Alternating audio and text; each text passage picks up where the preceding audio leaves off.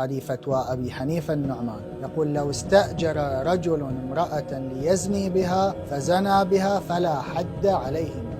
وارجعوا إلى المحلى لابن حزم، انظروا ماذا يفتي أبو حنيفة: لا حد على من تزوج أمه التي ولدته وابنته وأخته وجدته وعمته وخالته وبنت أخيه وبنت أخته، عالما بقرابتهن منه، عالما بتحريمهن عليه، ووطئهن كلهن، فالولد لاحق به والمهر واجب لهن عليه، وليس عليه إلا التعزير دون 40 فقط.